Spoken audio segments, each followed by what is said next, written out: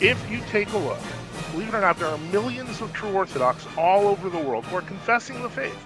They're teaching the Orthodox faith you thought you learned. So for 90% of you listening to this podcast, you didn't know who I was, but you did believe in the 7 councils, right? You don't believe that the 4th council or the 5th council is up for debate or discussion? You don't believe David Bentley Hart isn't a heretic? You think he might be one? Become true Orthodox. You've made it this far, and we invite you to do so. Thank you.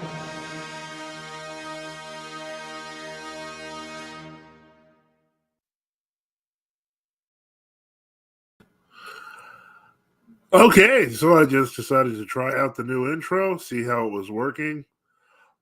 I thought it was fun. Death to Compromise. Hello there. Thank you for that. For those who don't know, DTC did create that intro based on the last stream we did, which is why it has the 1812 overture. I have a strong feeling that I might want something different music-wise, but otherwise it looks awesome. But yeah, it was funny though that it was suggested. Ticon says nice. Yeah, it was. I have to say graphically, it looks exactly like what It's kind of I like it. It's kind of cool and has little psychedelic backgrounds. Okay, well, as many of you may have noticed and did note, this is an open Q&A as always. We do this every Sunday, so anyone can call in, jump in live on the stream just by clicking the link in the blue box at the top of the chat. I mentioned veggie burgers. I did mention that, and there's actually a real reason for this. And so I guess I'll just get started with that. And so that's what I'm gonna quickly share the screen on, and let me see if I can share the screen and get to, as you can see, that's a scrumptious looking veggie burger. This is the Beyond Cookout Classic. Now, before you think that I am endorsing it, I'm going to tell you a little bit about this past weekend. I used to love these burgers. I followed the directions with them, and they, they kind of smell like cat food when you start cooking them at first, but then they do have kind of a somewhat of a meatier taste. But something weird happened this time around. And so I'm basically, when I started cooking, I decided to do a double burger. And we have a new, my wife has a new ceramic pan. And I was like, you know what? I'm going to try to heat this up, max heat like a real burger. I'm going to try to do a smash burger. I've been watching a bunch of these stupid food YouTube videos. It's a vice of mine during Great Lent. I start watching food videos of a bunch of things I can't eat, which include burgers. So I took this thing and I started, on this ceramic pan. I put it to high heat and very little oil, and I started pressing it down. And then something strange happened. As it got really cooked and it was really hot, I began smelling burning plastic. Like really burning plastic. And I'm like, nah, I don't know what that is. Maybe there's some burning tires outside or someone's doing a wood thing. So I flip it and I press again, and I get more burning plastic smell. At this point, I realize this isn't coming from the window. This is coming from the pan. So I'm thinking maybe it's like a defective pan or something. And like maybe, DTC says, Father Joseph, you ever want different music for the intro? Let me know on Discord or something. It would be easy to change. I will definitely do that. Have to figure out, stuff with copyright. 1812 Overture is obviously public domain. So, but, so yeah,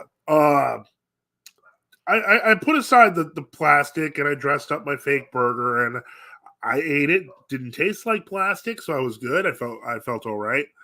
And then, but I was lingering in my head. And so, obviously I cooked other things to eat using the pan later on, and there was no weird smell or anything like that. So the next day, it was bugging me. It was really starting to bother me. And so the next day I cooked again. I cooked a couple of these and high heat once again. And I was like, all right, Maybe that was just some weird fluke. Maybe I'd lost my mind or something. And as it got hot, once again, it smelled like burning tires. And I was like, wait a second. 2 in a row doesn't make sense. Maybe I'm crazy. I started thinking maybe I'm crazy. I mean, this is obviously a beloved veggie burger that is well known as a great substitute for meat. And loads of people, I think White Castle uses it. So I was like, how can it smell like? Maybe it's me. And so I thought maybe I'm like kind of crazy. So then I decided to look to see if the Beyond Burger,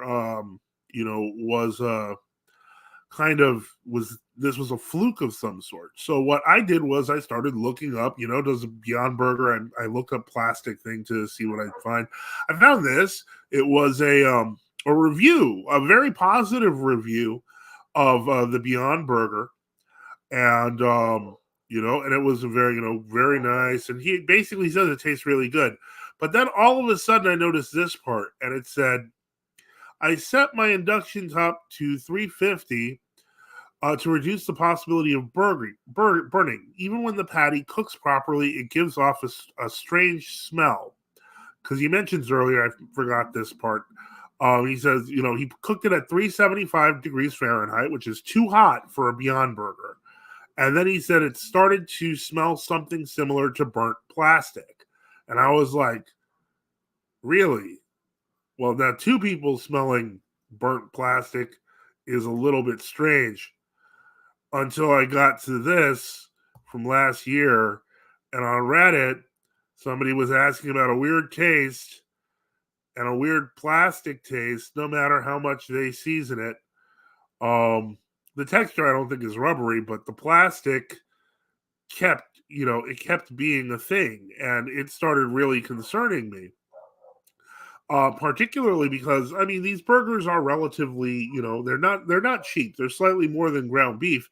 But one of the reasons I found them interesting and got into them to begin with was because about a year and a half ago, I started seeing them at Dollar Tree, and they were $1.25 a pack for 2, and that pack is now $6 again, just like it was before. It was like $8 before they sent it off to Dollar Tree, and it was selling out in Dollar Tree. Obviously, for $1.25 for 2 fake burgers, you're gonna buy it. It's just, that's a given. It sold out, so they apparently went back to their previous price point, or closer to the previous price point, and but that got me thinking, because first off, okay, we have repeated cases of people thinking it tastes sort of like plastic. It sells out when you put it in the poor people's store. I presume they must have made at least a mild profit. I don't think they went for a total loss at Dollar Tree. But it started making me wonder more about the ingredients that are in these burgers. If there are things that are plastic related, I've read some horror stories about how they're going to use the stuff in Beyond Burger to replace certain microplastics, which actually terrified the daylights out of me. And so, yeah, it was really bizarre. DTC says, in the past, I've had Tyson frozen chicken that had a smoky chemical smell. Weird. Yes. Wicked Wallet says, we're probably selling off as surplus, is my bet. Yeah, absolutely. I have no doubt that that's what they did, because they just had too much of it and were selling it for too much money. But what blows my mind is the fact that if there is some sort of, the thing that gets me is that they tell you don't cook it at higher than 350 because bad things will happen. Now, this tells me that, if you were to say put in some sort of high heat resistant plastic in for filler, that could be something that could be considered. I don't know. All I know is, despite how much I paid for it, I probably won't eat the other 4 burgers. I'm really cheap, so a part of me is like, I should just eat the plastic burgers anyway. But I am going to try to not eat them because I don't trust them. I've lost faith in the Beyond Burger. Again, this is a live Q&A show, so feel free to call in using the link above. I don't have a co-host today. Please say a prayer for Bishop Enoch. he's not feeling very well, and God willing, he can get some rest, and he'll be feeling better later on. So now that I've talked your ear off about freaky, bizarre burgers or fake burgers, I'm probably just going to be sticking more with like the shawarma, not the falafel, not shawarma, the falafels and the kind of the black bean burgers and that kind of thing. Just I don't think I'm going to touch these weird, or maybe the Impossible Burger, because those taste good and I've never smelled plastic. But if I start to, well, we'll know. I'll let you know. But I so far that's what I'm going to go with. Okay, so right off the bat, and again, without a co-host, I rely on your calls, your questions, and it's an open Q&A. I try to keep it open for at least a minimum of an hour, and so then if we don't see much else, then we leave it at that. But it's also for if you want to come in and challenge, go for you think I'm like you think we're a bunch of sectarians or something like that, and you want to say something, go for it. I mean, please. I'm not really nervous about anyone. Let me see here. Orthodox Traditionalist Publication asks, did you watch the Bishop Ambrose interview? If it's what Bishop Ambrose, I watched the Bishop Oxentios one, and I watched some of the Father Nikita one. I think I missed the Bishop Ambrose one. So that would be just posted today. Oh, I was out all day today. I have not looked at anything. If you sent me a link, I will watch it now. I don't know how long it'll be. Let me see here. Okay, I don't see anything there, but I'll try to see if I can find it. And we can always watch it live and see what goes on there. Let's take a look. And so, hold on. Let me see if I've got this. Okay, this is an interview with Bishop Ambrose of Methone. How long is it? Okay, it's like a 40-minute interview. I can live review it. Okay. Important question. What's one difference between true Orthodoxy and world Orthodoxy that I should know? I'm new to Orthodoxy and coming from the ashes of atheism. Glory to God. Glory to God. My answer to that would be, we are what people who come to Orthodoxy are actually looking for. And what I mean by that is that most people who come to the Orthodox Church, the overwhelming majority that of recent converts, etc., are people who are convinced that there was one true Holy Catholic and Apostolic Church. And so the biggest thing, and we're going to get to the ecumenism thing, the biggest thing about that is that means that the church is exclusive. Orthodoxy, by its nature, is exclusive. It includes. Okay, we have someone coming in, Father Boniface. Hi, Father. How's it going? Good evening. Well, I'm hanging in there. No problem. Benedicite. Benedicite. So I'm basically, what I was explaining to Anonymous Man here is that one difference between true Orthodoxy and world Orthodoxy is that true Orthodoxy is what world Orthodoxy claims to be. So when we're talking about the church being exclusive, there being one Holy Catholic and Apostolic Church, that is the Orthodox Church.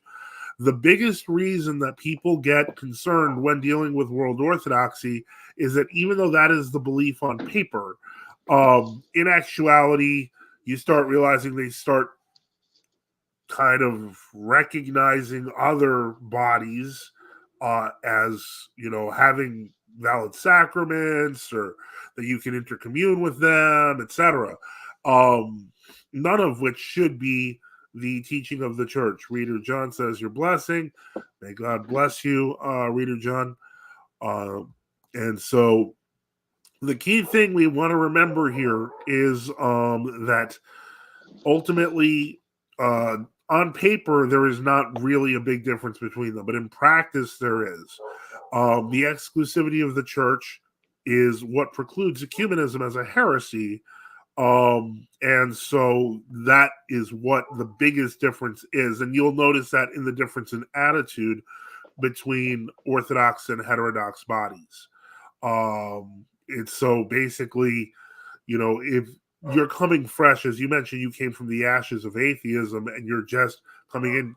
If you've learned about the one true church in Orthodoxy, then you start realizing that some people, some priests, etc., believe that it's not just the Orthodox that have that maybe the Roman Catholics have that. Some believe the Anglicans have that. A number of them believe the non-Chalcedonians, the Monophysites have that. There will be a discussion on the Ancient Faith Today show on, I believe it's April 4th, about the question of the non-Chalcedonians. I would be watching that very carefully. It will tell you a lot about how people think respectively. I would love to say that, let me see here. I came across Orthodoxy through St. Seraphim Rose, and it's been a rabbit hole. I know about ecumenism from his book, and it sounds like a nightmare. Well, St. Seraphim, to the end of his life, communed with the true Orthodox. Oh, he was, in Rocourse, so he was with, he considered, and there are writings that they've actually changed, where he actually said, we only recognize the Russian Church abroad and the true Orthodox Christians of Greece. And those are actually deleted from later editions of his book after his death. So definitely you're on the right track. If you have any questions, you can always not only ask here, but ask, on our Discord, on the Euphrosynos Cafe, which has been recently reopened. And there are people here. Father Boniface is on the Discord. I'm on the cafe. There's other clergy, etc. We'll be glad to answer all your questions. One thing that I would like to point out concerning ecumenism and the true Orthodox Church is the kind of criticism that the true Orthodox Church gets. And I've seen it in Roman Catholicism, let's say with Pope Francis, as he fights with the traditionalists. His biggest argument with them is that, oh, you're all Pharisaical. And so I'm not going to dig into that any more than just to say that. And it's the same criticism that the true Orthodox Church receives from the heterodox, is just that, oh, you're Pharisaical, you're legalistic, you have these standards which are just so nasty and hateful, let's say, and actually it's the other way around, that these people who are heterodox are the Pharisees. Let's say Pope Francis is the Pharisee, and I'm just going to leave it at that. I'm not going to get into all the Catholicism issues, but in other words, what is Phariseeism? And Phariseeism is the sect of the Jews that pushed aside the Ten Commandments, pushed aside the laws of God, and developed their own commentaries with the Babylonian Talmud and all the commentaries that the rabbis were making, and they superseded the law of God and implemented their own laws, the laws of men, to the point where it became tyrannical. And Christ said that these people honor me with their lips, but their hearts are far from me. In vain do they worship me, having for their doctrines the traditions of men. And so I think that the people need to realize that when you uphold a standard of the true Orthodox faith, it's strict. It's a disciplined.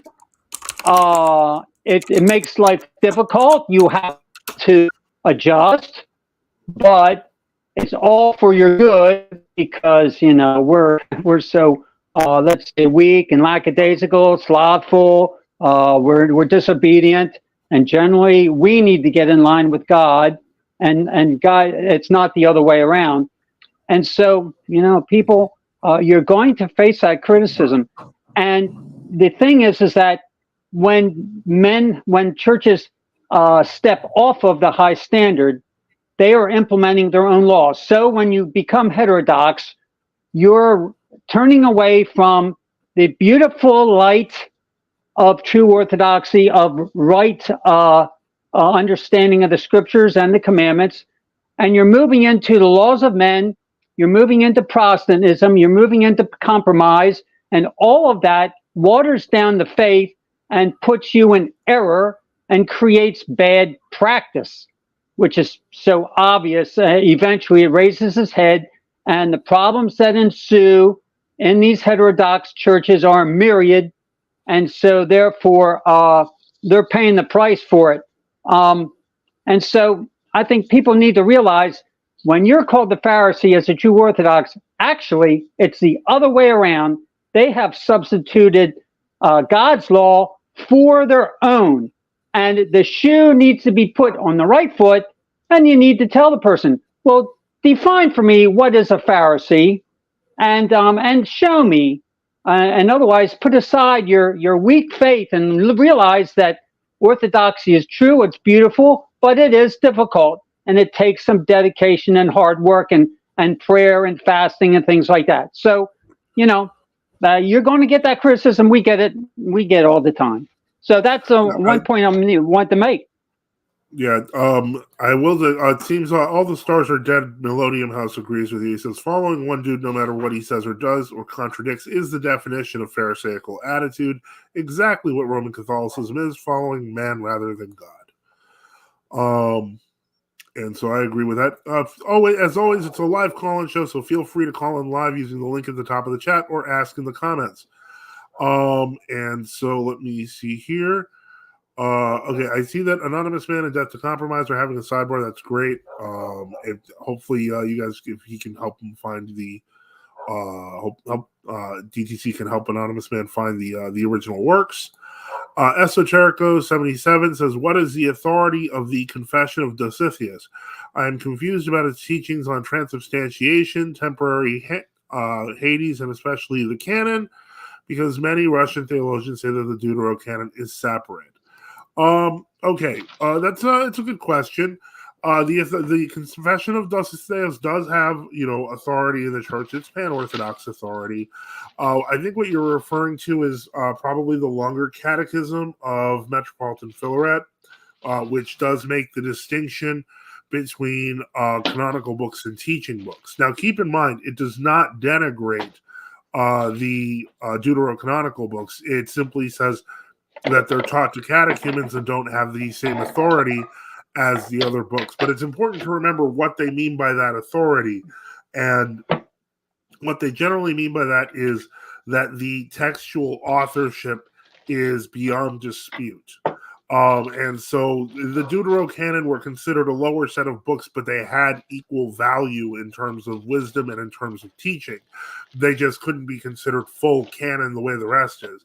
That in no way, shape, or form, and this is, I think, something that's lost in the discussion, in no way, shape, or form is it saying that the Deuterocanonical books don't have value. It absolutely says the opposite. The longer catechism says that they do have value.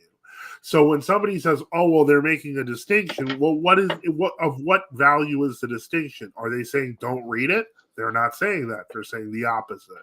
So I think that that's an important point to make. James from Gab had two questions, and so it's a couple of pretty long ones.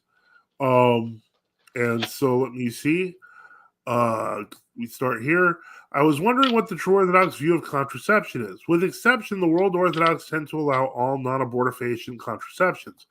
Often they'll say this is out of economia, but it seems that allowing it is a general practice that has prevailed. I have also seen some Orthodox who say that NFTP is ideal, in agreement with Rome. But beyond this, I also point out that NFP is ultimately still contraceptive in intent and therefore illegitimate. I'm not married, so I'm not asking for personal reasons yet, but what exactly is the right view to take here? This is a great question, and one that we definitely want to couch in terms of the historic view of Orthodoxy. Up until the Lambeth Conference in 1930, the Anglican Lambeth Conference in 1930, Birth control was negatively looked upon by Orthodox as a whole, by Catholics as a whole, and by Protestants as a whole. It was considered to be a grave sin. Also, most methods, including the birth control pill, can be abortifacient. So there's very few methods outside of barrier methods that are not abortifacient. But they were all still considered wrong until 1930 by everybody. The Orthodox Church had always been negatively inclined towards it, including natural family planning. That was really more of a kind of a legalistic Roman Catholic workaround, because you're still trying to avoid having a baby. You're still trying to. The whole point in an Orthodox reading of sexuality is that the purpose of sex is to have children. If you're trying to divorce the having of children from the action of sexual intercourse, you are ultimately you're breaking what's supposed to be there. So, the original and continued view among the World Orthodox, the ones that are saying that NFP is contraceptive in intent and is therefore legitimate, that's our view. That's the original view. And so that is definitely what I would say on that. And I realize that may be disappointing. And there may even be a couple of, I wouldn't be surprised if there's a couple of true Orthodox who personally disagree, but I can guarantee they're not bishops. But definitely I would say that, birth control is no. Let me see here. Let's see. Okay, how to read the fathers is this mindset. We aren't making anything up. I understand, but again, you have to go by the consensus view of the church. And the consensus view of the church historically has always been that those books should be in the canon, even if they're in a lower form. Not an Orthodox question, but how do you feel about the White House 2024 Easter egg design contest with no religious symbols? I thought they canceled it, but I guess they made this like Tranny Sunday, so I don't know if I can say that on YouTube. But in any case, the point is, that was unfortunate what happened today. Father Joseph, could you talk about the Patriarch has implemented, if the Patriarch has implemented the Gregorian Paschalian? Yes, I can. Originally, when the calendar change was being implemented, it was the full Gregorian calendar. The only church that fully implemented it without protest was Finland, and that's why they still have it today. In Greece, they attempted it. It caused riots. In Romania, they attempted it. It caused mass murders and chaos, and they had to at least go to the semi-modified one. And then let me see here. I'm going to get to James's number 2 question, and this is going to involve some editing. I kind of wanted to do them both in a row, and then I'll get to some of the other unique and interesting comments. Again, if you want to come in and say something, feel free. Otherwise, it's fine. I'll determine whether or not, because, we'll see if I'm already seeing a comment that kind of confuses me. Let me see here. Okay, so let me get to that. And okay, so I was reading up about prayer rugs on Wikipedia. It said that within Orthodoxy, prayer rugs are used by traditional Russians, mostly old believers and also Western Orthodox. Is it true there is a Western tradition of using prayer rugs? When I looked at the article citation, it seemed to be mostly referring to some weird Vagante Western Rite group. I also didn't think prostrations had nearly as much a role in Western practice as it does in the Eastern. So hearing about prayer rugs in the Western Rite was odd to me. Do you know anything about this? Okay, well, first off, to just answer that question right off the bat, no, I've never seen a Western Rite Orthodox prayer rug, and I've seen over a decade's worth of Western Rite services. Prostrations, on the other hand, are a completely different matter. The main reason you don't see prostrations in Western Rite Orthodox services, or in most Eastern Rite Orthodox services, is because prostrations are forbidden on Sundays and by association on Saturdays. Throughout the week, you should actually be doing prostrations. At many of the points where you would do a deep bow on Sunday, that same prayer from a Monday through Friday would actually involve a prostration instead. It's common to think of prostrations as something that only happens during Great Lent, but that's not even accurate. Prostrations are for any time. Let me see here. So I'm going to go back up. Okay, so we answered the Gregorian Pascalian question. All right, this is, I think he's talking more. Also, if you want to see clearly the Pharisaium of World Orthodoxy, read the New Pharisaium by Metropolitan Saba, Antioch, which can be found on the Antiochian Archdiocese of North America website. I think that's the one that's actually addressed to us. Galax Aridus says Abraham married his half-sister and his niece, and he had a sex slave who he tried to kill along with his child. Okay, I'm assuming that you're either some kind of like I don't know, it looks like some kind of pagan based on your user pick. There are many instances in the Old Testament where things we see could be considered horrifying to the modern eye or ear, and then in general they have some sort of logical explanation. These particular things are usually twisted out of context to make things sound worse than they actually are, or make I assume that next we're going to be seeing things about killing the infants of enemy tribes. Yeah, again, if that's I appreciate the comment, but you're contributing nothing to the discussion. I mean, if you'd like to discuss this and why that happened, feel free to call in. We'd be more than happy to discuss it, and we'll even pull out the scriptures so that we can do that. But if you're just like here to just be like, look how bad the Old Testament is, like nobody cares. We've seen it before. That's boring. It's like that's Reddit tier, like Reddit tier scary stuff. Is 4 Maccabees canon? I have a playlist of the Eastern Orthodox Bible that I listen to at work, and it has that one. That I believe I want to say it's canon in some places. I know it's not canon in the Russian tradition. It is not canon in the Vulgate. It's actually, it is in the Vulgate, but in a separate section. It may be canon in the LXX. I'm not sure. I can double check that though. Hold on. But so it really depends on the local church. Let me see here. Mm-hmm. Okay. And I'm just quickly looking to see. Okay, so basically it is a Septuagint book, so it would be considered canon, I believe, in the Greek edition of the text. So let me see here. Thank you, Father. No problem. And so, yes, again, we are back with more. We are here for more questions, comments, whatever you want to throw out at us, even if it's Reddit tier challenges about how awful the church is because of the Old Testament. We are here for you. So let's see here. In Jerusalem, the prostrations are done on large cold cobblestone. Well, thank you, Matushka. I appreciate that. You can also join in if you'd like. Okay. And so Anonymous Man said, bruh, the Bible tells the truth about mankind, and sometimes mankind can be really messed up. Hence the messed up passages from time to time. The world is messed up now.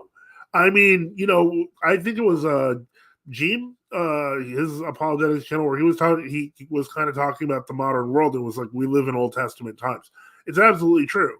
Like the evils that the church fought against at the early centuries of Christianity, the evils that the Old Testament church fought against, they're here again.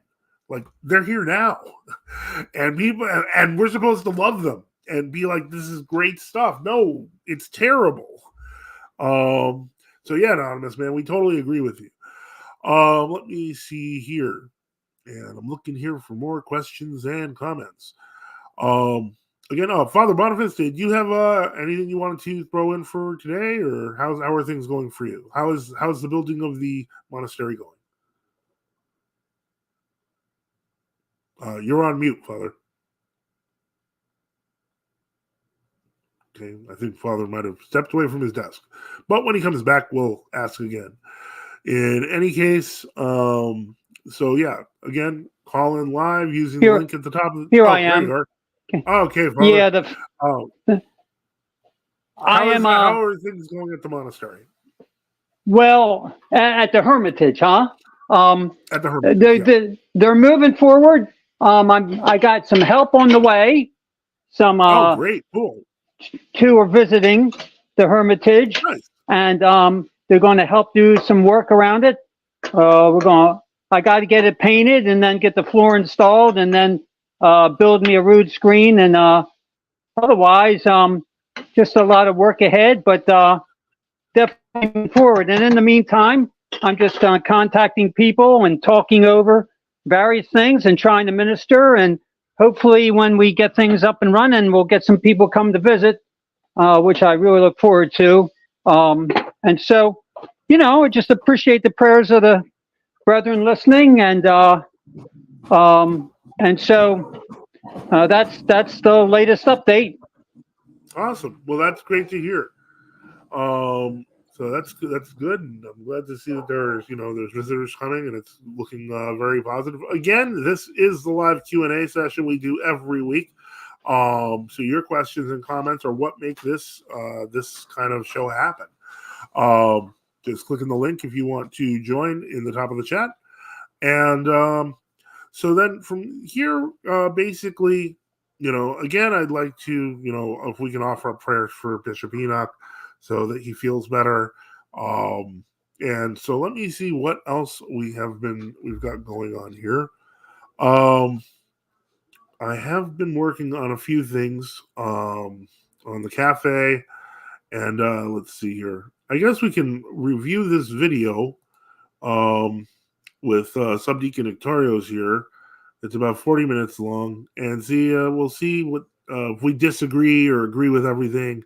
We shall do a commentary and see if everything matches up. And so let's see here. Let's see if I can make that bigger. There we go. Okay.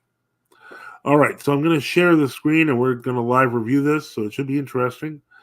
And most of these have been really good interviews. So let's see what we hear to this time around. Give me a moment.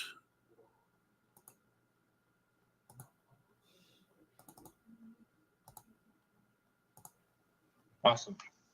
Yeah, so thank you for seeing me. I'm glad Bishop Oxentios gave me the idea to ask you a few questions about all this history that's been we've been talking about. Can you tell us about how did you become Orthodox? Oh, that's a long story. It doesn't really relate to the questions. But Yeah. before I joined the monastery here, that's more than 50 years ago now, I went to the Russian Church abroad in England. That was where I was before I came to the monastery. How I got there, well, Yeah. it's not really relevant. So you've been in Greece since then? Almost your whole life? 51 years. So you've been in Greece longer than England? I'm 75 now, so. Oh, wow. That's good. So you've been in Greece pretty much your whole life, your whole Orthodox life, right? Yeah. So when were you, how long have you been a bishop in the Church, the Genuine Orthodox Church of Greece? 31 years. 21? 31. 31. So you have a lot of information, I'd imagine, about the communion with Rokor back in the day. Yeah, I was in the middle of it all, so discussions. What brought about that? Do you remember exactly back then what brought about the Synod of Resistance coming into communion with Rokor? Oh, great. We lost Father Boniface. Maybe I should speed this to 1.25. Hopefully he comes back. Maybe he'll come back if it's faster. Let me just see here. Well, we should begin a little earlier than that. Okay. With 1969, Uh-huh. Metropolitan Cyprianos, who was then archimandrite, visited the Russian Church abroad as representative Archbishop Maxentius. And from Metropolitan Philaret, he received the document of they recognized the ordinations that's been performed by Archbishop Leondi and Bishop Seraphim. Okay. Hello, Anonymous Man 115. How's it going? Going okay. Can you hear me all right? Yeah, you sound like you're in a bit of a tunnel, but outside I can hear you. No, you're in my bedroom. My wife is taking a long week. Yeah, I think you might want to. I don't know. Is there any way to improve the audio? Because it sounded really broken up. I didn't quite understand what you said. Do you need me to get out of my earbuds? Oh, okay. I heard that. No, I guess your earbuds are fine. Okay. I'm outside. Oh, okay. Okay. Now, oh yeah. I was just reacting to the wannabe pagan making the same kind of argument that I used to make when I was a Reddit type. Okay. Yeah. I mean, it's pretty common to see that. But what was your thoughts on that? On the interview, I had spent the first 2 minutes and 44 seconds trying to figure out how to get onto this thing. Oh no, I meant on the commenter, not on the interview. I just laughed at it. Thought it was absurd. Welcome back, Father Boniface. Yeah.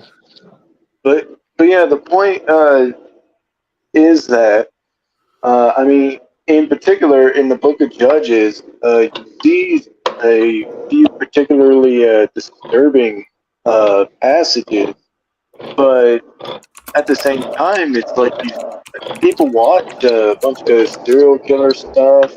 They watch a bunch of horror movie stuff. I myself am a horror movie fan. So I don't get why, books that are meant to tell a type of religious truth, the Bible, why it is held to a standard that we humans ourselves do not live up to, nor do we try. Yeah, no, I mean, I agree. And this is kind of, I had a feeling that the problem with this sort of, sniping argument is that there's no real intent at having a discussion. I never expected, and I would be shocked if this person decided to click the link in blue, which I invited him to do. Because the simple reality is most of the time this is done to haha, that'll get him, and then run away. There's no real concept of having a discussion over what this means or the context. It's irrelevant to them. All that matters is trying to swipe, and that says more about the person doing the swiping than it does about the argument itself. So unfortunately, that is that's part of the kind of a reality that you kind of have to deal with when you're dealing, especially whenever you're dealing with a public show of this sort. I'm surprised I don't get more of it. I'm surprised I don't get more angry people saying something because I'm doing a live stream. So when I see it, it's moderately entertaining. With that, I admit I was gonna talk about how in the heck I stumbled across orthodoxy. So I was actually gonna do two things. I was gonna do research into the philosophy of nihilism, and then because at this time I was thinking about becoming a Catholic. because I quickly found out Protestantism wasn't for me. So I ended up stumbling across nihilism, the root of the revolution of the modern age. And yeah, that started the whole thing. Weird. Very weird. Okay, we have somebody coming to the stage. Yeah, Wicked Wally says most atheist pagans attack a straw man of Christianity composed of various Protestant sects. And let me see here. And attacking, yes. No, it's absolutely, unfortunately, that's true. And there's, ultimately, all you can do is be patient with people and see if they're actually going to, show up. Okay. Reminds me of hitting Protestants.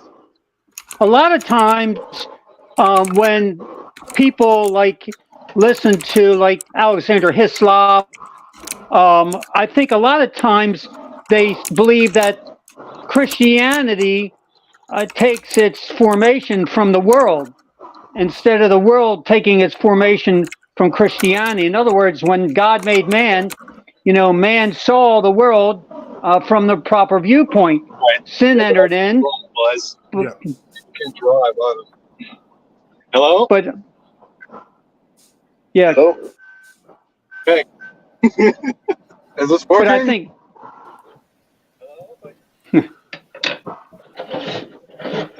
oh, now we got a crowd. if I could continue with my point there is that a lot of these groups give the basis for all reality from a pagan viewpoint, and they start with that and then criticize Christianity when it's the other way around. The pagans are taking the viewpoint of God and twisting it around. Absolutely. Absolutely. Welcome, Matushka and Ezekiel and Saba, who I guess are there. Hello. Okay. Hello, everyone. Hopefully. How difficult it is to get this working while we're on the road. Oh, okay. Sorry about that. Well, when you get it working, we're here for you. Yeah. Anonymous man, what you Oh, go ahead. What did he ask? Okay. I'm sorry. What was that, Father Joseph? Oh no, I said you were going to say something. Oh no, we were just making sure that it was working because we were really excited that we finally managed to get this going. So, apologies for that. No worries. Too short we're doing. Yeah, so okay, there's some confusion. Apparently, Matsushka didn't want to be on, but she signed on, so I don't know. I mean, well, you're here now. I guess you can just, if you want to, you can. I mean, it's up to you. You can stick around if you want. Okay, and Death Compromise found this entire thing funny. I agree, and so anyway, so how are you guys doing on the road there, Ezekiel, Saba? What's going on? We're doing very well, very well. Father Mark blessed the truck before we left, and we've had everybody's prayers, and so far everything is going well. We're making good time. We're looking forward to getting there. Should be there by about midnight or so. That's what it's looking like. So, looking forward to it. More adventures. Yeah, well, I think it's great that you're doing this traveling and seeing different true Orthodox churches, etc. It's awesome. Let me see here. Esoterico 77 asks where. I presume that is directed at you guys.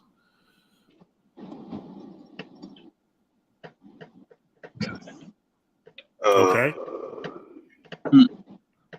I guess they're somewhere on the road. They may not. They're somewhere. Sorry, what was that?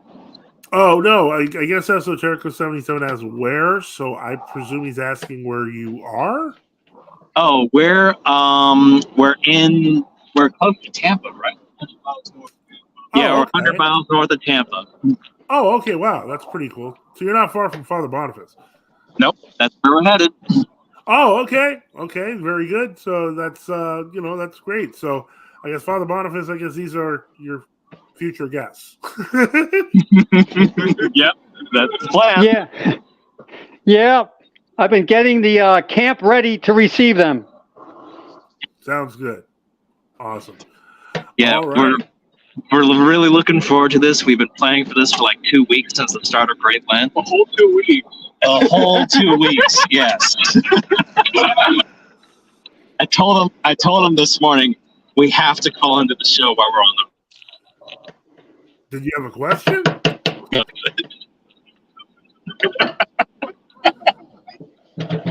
Oh my. Does anybody have any suggestions for what we should do while we're there? There's probably lots of things that we could see out there. I only know it's not like I'm going to recommend Disney World or parishes we could visit.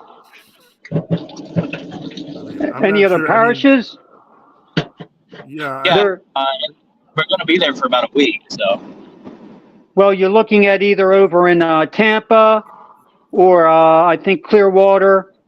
And so, in other words, you're looking at basically 45 minutes to an hour and 10-minute drive from Lakeland. So nothing really close, nothing really nearby.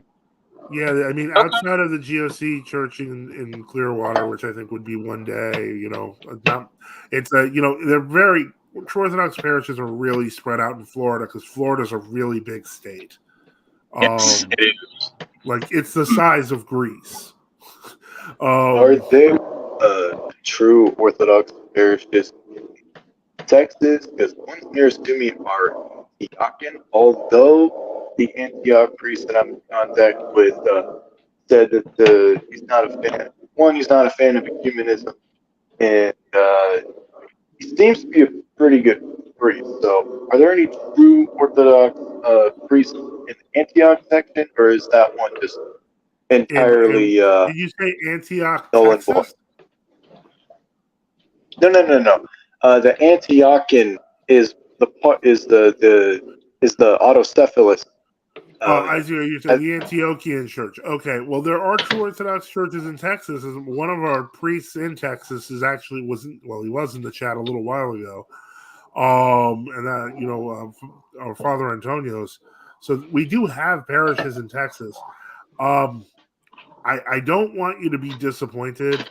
I know that the Antiochians are a mixed bag. Some of them are very good and very conscientious against humanism, but then there are other ones who basically will commune monophysites. So it's a kind of a up in the air question.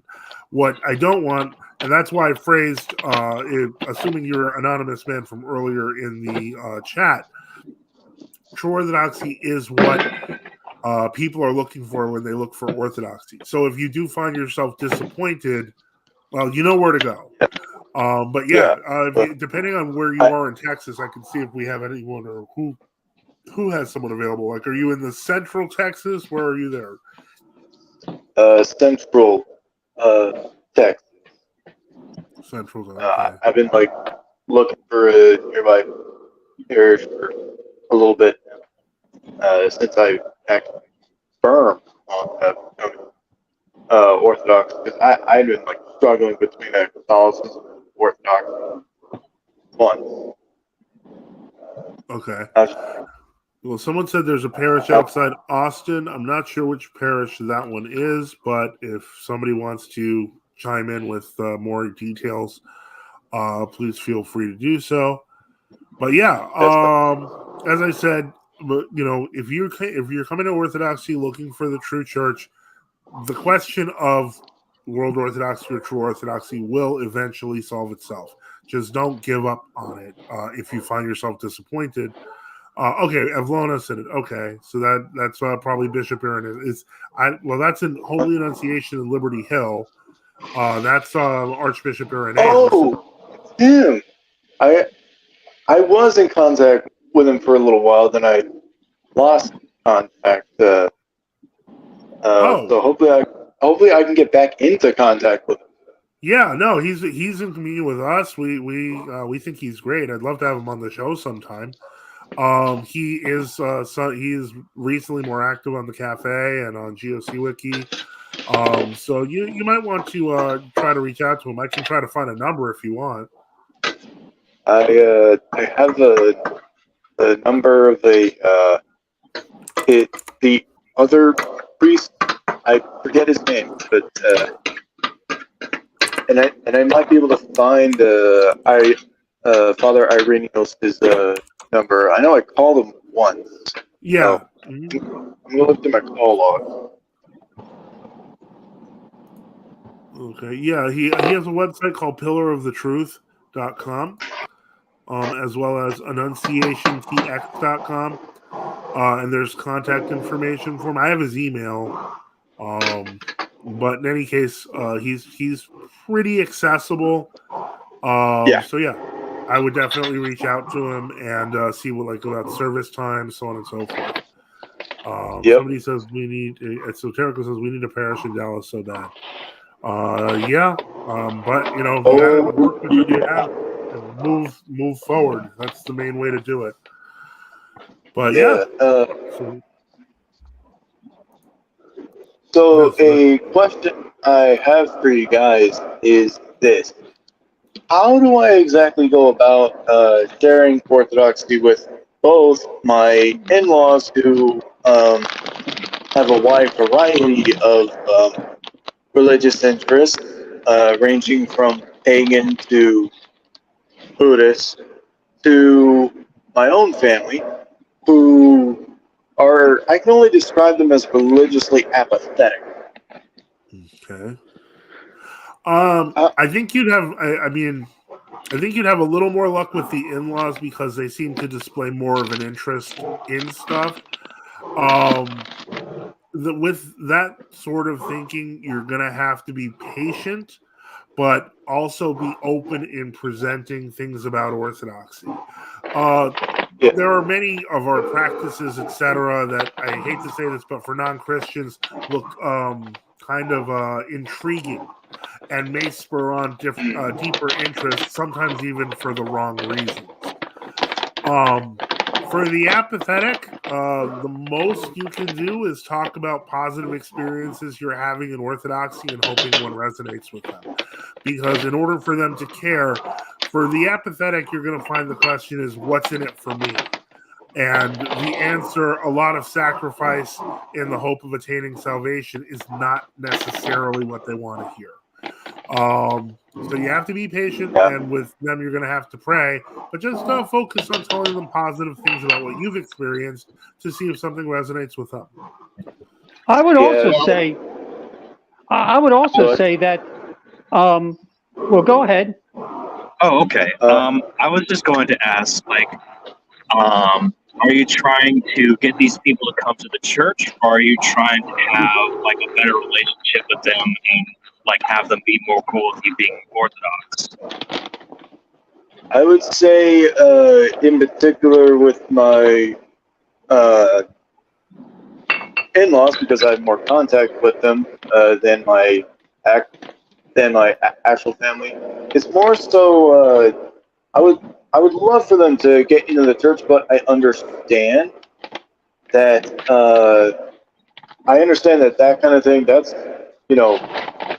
that's their heart, not necessarily me being able to push the mic up to them.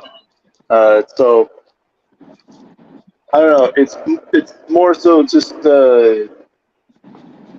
because going from atheism to where you can just do what you want and not care to trying to find the right way to do things. It's been an adjustment. So sometimes I feel quite lost in terms of okay, what do I do? Well, what I like to do, and you can take this information however you want. There is kind of a right and wrong way to do things. It's not. There's going to be different approaches to work with different people. In my opinion, I'm a psychology nerd, and one of the things that I was taught was that you always try to plant a seed. And every time you go around the person, your presence, the things you do, your actions you have, water and nurture that seed.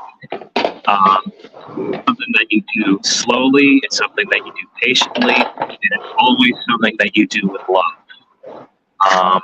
I would say if you focus on those things, you focus on forgiving disagreements and arguments and different things like that, even vehement arguments, disagreements. As long as your presence continues to water that seed, that person is going to remember them. So pursue that path with patience, and you'll have at least some success. Yeah, and I'll admit something probably strange, because I would probably be considered autistic by a doctor, and plus I was never really taught any social skills. I just basically learned them on my own, and so I come off, and I'll be straight up and say this: I come off very pushy. I don't. I see. Well, now, Father Boniface, what are your thoughts on this in terms of approaching family, etc., on the matter? Well, he brought up a spectrum of Buddhism and other religions and atheism. And so with a broad brush, if you look at the doctrine of salvation, you go back to the garden, you have mankind fell. And so either they have two roads to follow, either the grace of God who provides salvation through Jesus Christ and through faith in him and faith in him alone, or you can work your way and try and earn your salvation by your own ways and doing your own things and trying to be good, which will fail because all have sinned and come short of the glory of God. And so basically all religions outside of Christianity, all of them are trying to earn their way for salvation. And so therefore, when you approach it with this way of whether it's Buddhism, Hinduism, Shintoism, or Islam or whatever, they're trying to earn their way by their own good works versus Christ earned it for you by his death on the cross, and he gives you his salvation for God made him to be sin for us who knew no sin, that we might be the righteousness of God in him. So for by grace are you saved through faith, and that not of yourselves. It is a gift of God, not of works, lest any man should boast. And so therefore that covers the whole spectrum of human belief. And so you just call men to say, look, you're all trying to earn it, but Christ is the one who provides salvation, and neither is there salvation in any other, for there is no other name under heaven given among men whereby we must be saved. And so coupled with all the other counsel that he got to be patient and loving and long-suffering, but also to share, the good news of the gospel. But it is offensive. People don't like being told that they're wrong, that they have sinned. And so therefore you have to put up with that, and hopefully hearts will melt, and you just have to endure and continue in godly life and in love with that message. Rdr John jumped in and said, know your audience. Sometimes you have to speak to the heart versus their intellect. That's a very good point, Rdr John. I agree. And so, hopefully some of this is helpful in terms of how to run. Okay, well, good. This is very good. Well, then you can also say, can I add one more thing? And you can also say that because mankind has fallen, we encounter all the problems in our lives, that the Lord in his love will help mend all these things. The church is a hospital for broken souls. And so therefore, here we are to bring the healing. And so couple that on. Good point. Yeah. And one final thing for me. I'm on the Discord under the name Ezekiel. If you send me a message, you mentioned that you might have autism, correct? Yes. If you send me a Discord message, I can send you some articles that might help the socialization stuff. I know a couple things about it. Yeah, because I'll admit, a lot of times when I've attempted to do it, one, I've come across pushy and quite arrogant, mainly because of my demeanor, because I'm terrible at reading. But also, I tend to go all nerd rather than speaking from the heart. Yeah. I'll admit, I'm a nerd. Okay. And especially because I don't really talk to people, I end up having like a bunch of information stored, and it all just like blurts out. Sure. Okay. That's a compromise. Says Church of the Eternal Logos channel is doing a live on Buddhism and nihilism. Not sure what to do with that. Should I join this thing? I don't know. That's how I came across the Nihilism, the Root of the Revolution of the Modern Age. One of 3 books that have ever made me tear up. The other one's the Bible, and the book Orthodoxy and the Religion of the Future.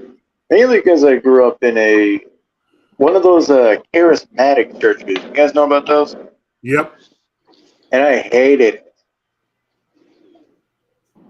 I get the hyper emotionalism, the bizarre tongues thing, but there's also other aspects to it that are kind of darker. Are you on our Discord? I am not, but I'm looking to reinstall just. Yeah, if you look on our About page, you can join us that way.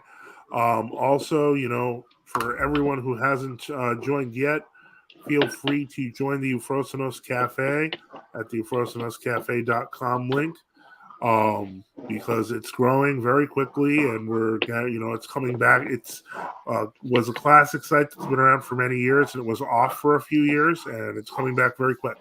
So definitely there will be more people to reach out to, and a lot more to throw your thoughts around with. And so the Discord. Go ahead. Oh, I also wanted to add, as our friend here was talking about, I tend to be, let's say rationalistic, or I tend to be forceful in my opinions or things like that. Just remember that when you're sharing scripture, you are using a very forceful opinion. Jesus says, I'm the way, the truth, and the life. Jesus is the truth. And that means that, let God be found true, though every man a liar. So, you're people can tell you, oh, you're just all one-sided, and, you got to have it your way, and you're going to get all kinds of criticism. But if you are sharing the scriptures and the truth of God, be confident in that. And you'll get all kinds of criticisms thrown at you that you're this and you're that. But if you're giving the scriptures and the life of Christ, then you'll get a reaction, but you're doing good when you do that. Yeah, and crazy enough, a couple family members of mine went from utterly hostile to now both of them are like open to it, slowly but surely. I mean, That's fantastic. I'm quite patient because I mean, for goodness sake, it was 10 months for me from reading the Bible to my conversion. So it was a long time. I've heard longer. Thank you for that. I got a funny story with that. So one day I was pretty badly sick. So I had to take the day off from work. So I put on the book of Proverbs. I was like, okay, Proverbs. Started out real nice. I was like, okay, so this God, I called him that at the time, this God doesn't want his people to be dumb like I thought he did. He wants them to be able to be smart. I fell asleep halfway through. I woke up. I was on the book of of the prophet Isaiah. So I was like, wait, what? This isn't Proverbs. What is this?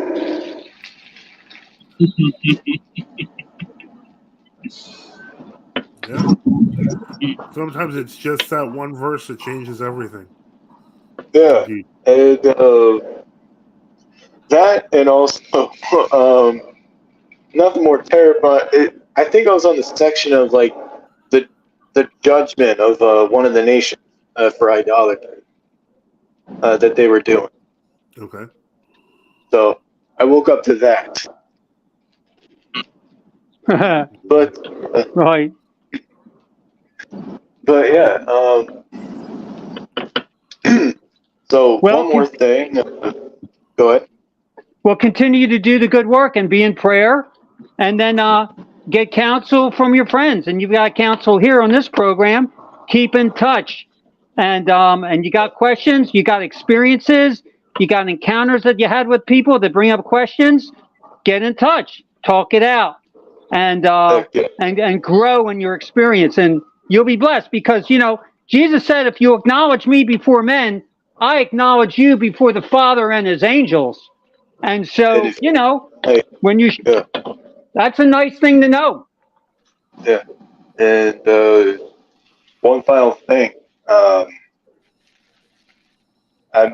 I've probably found my patron saint, Saint John the Long Sufferer, because he struggled in his life. He had struggled with the very thing that I struggle with. I'll give you a hint.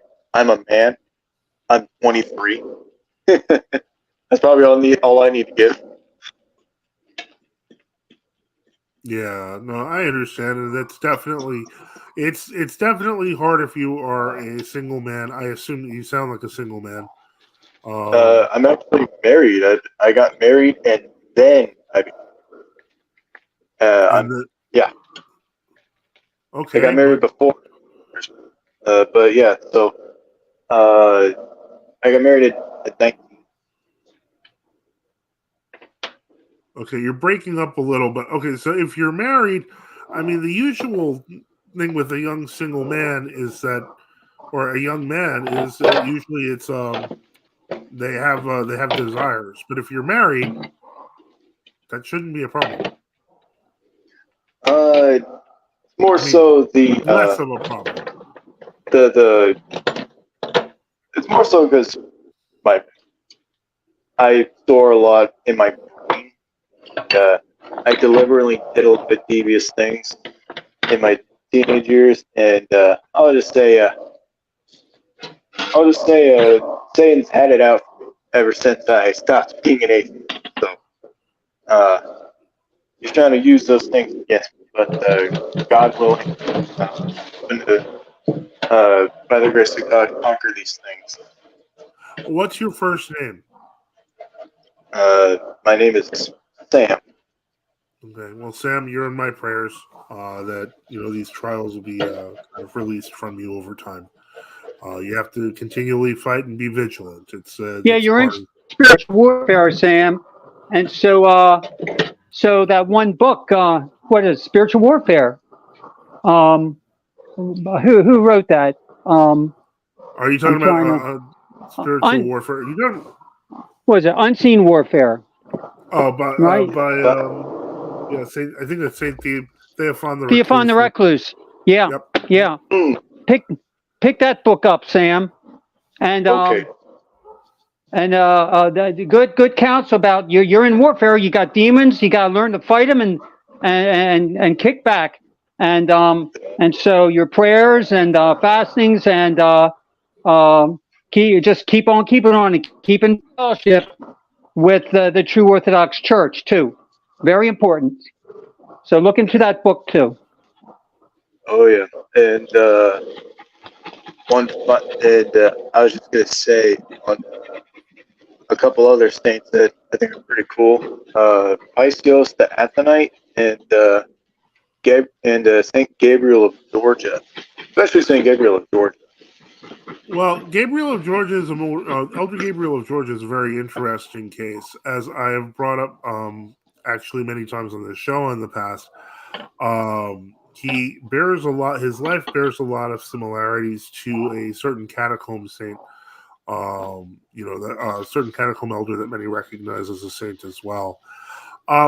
There's the jury's out on Paisius, the Athenite elder Paisius.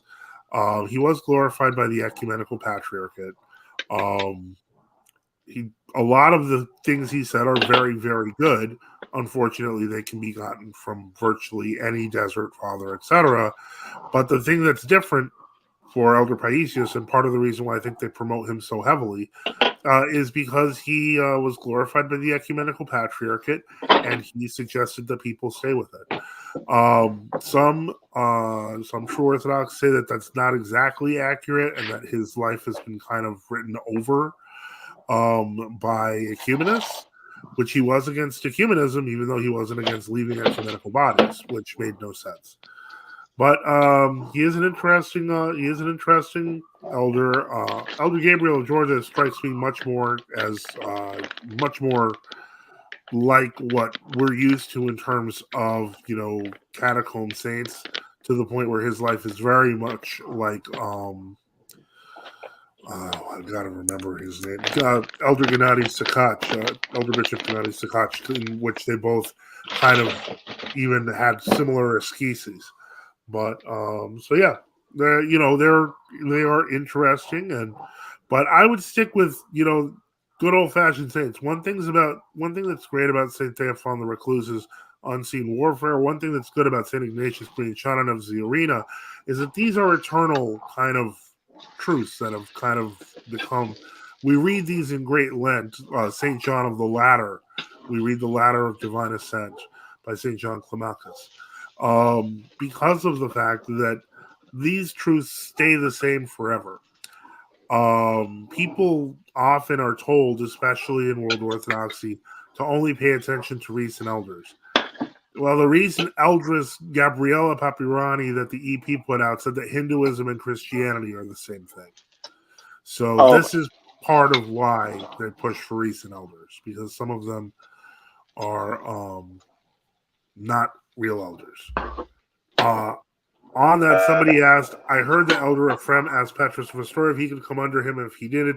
Yes, he did. And we've covered this on previous shows before, that he almost did join Petrus of Astoria, and that he actually was under him for a while. The EP, the Ecumenical Patriarch, threatened him somehow, and suddenly, magically, he was like, I can't do this. They most likely threatened his monasteries. So, unfortunately, that went the way it did. Yeah. 3 of Orthodoxy future that covered the fact that Hinduism and Christianity contradict each other dogmatically. Yeah. Which is why if I express skepticism at the Ecumenical Patriarchate when they glorify an eldress who says that Hinduism and Christianity are all the same thing, and this happened this year, I mean, why I don't trust any of their glorifications at this point. Do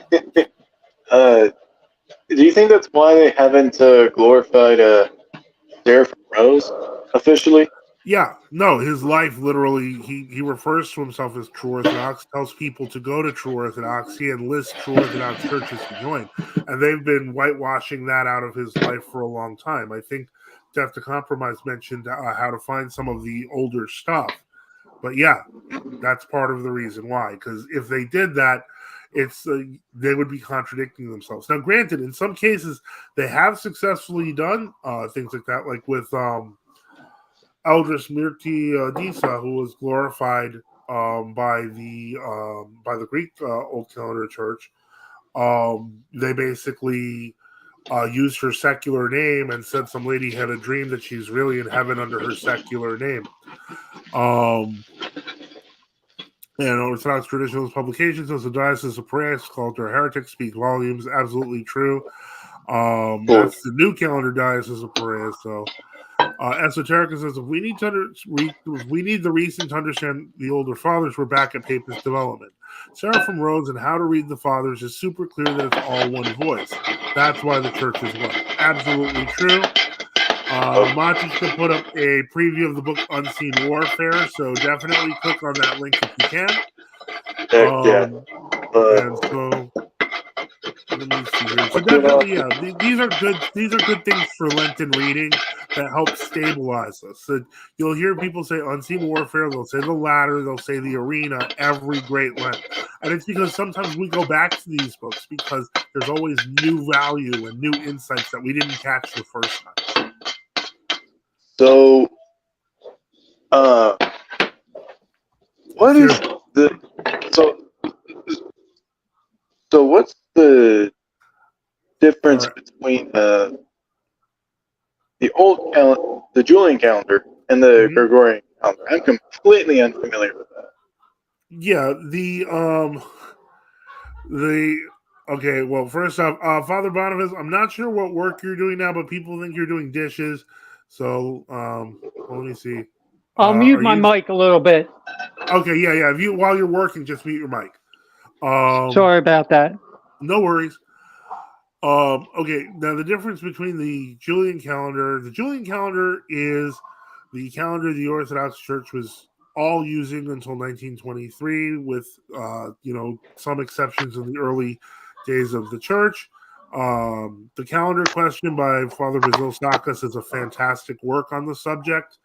But it's been used since the beginning of the church because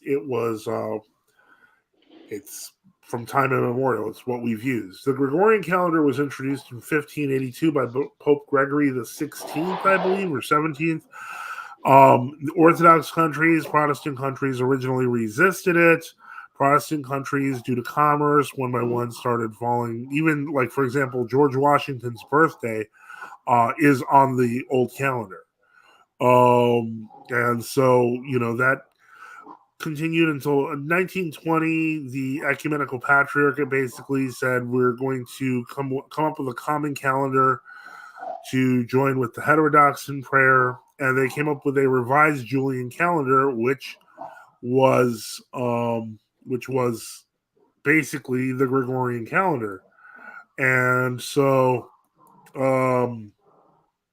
eventually the new calendar, as is a mix of, because what happened was people protested in Orthodox countries, so they put the Sundays back on the Julian calendar, thus changing it to the Orthodox Paschalian, while keeping the regular holidays like Christmas and other ones, Nativity and saints' feast days, would switch to the Gregorian. And so that's kind of where that came from. So that's the Julian calendar is just a calendar everybody was using until 1923. That, like, whether Greece, Russia, etc., we were all using the same calendar. Because I know a lot of people have basically said, it's just a calendar, why the big fuss? I'll admit, something I wanted to counter with is like, yeah, it's just a calendar, so why change it? Cause all exactly. that.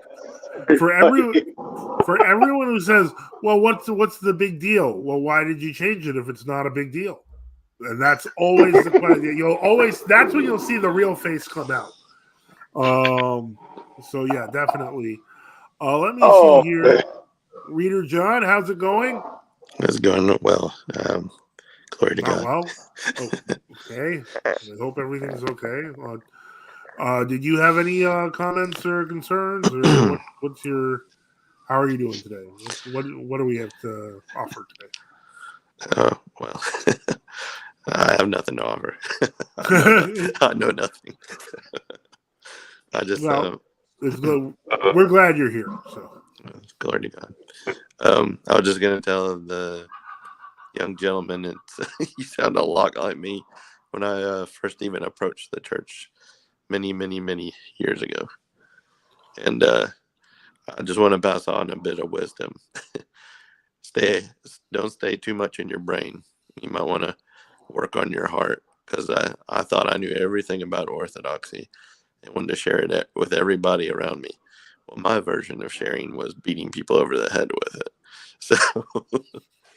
So I just I pass on a little bit of wisdom, because I don't like people to repeat that mistake, because what's the old saying? You get a lot more from honey than you do vinegar. So,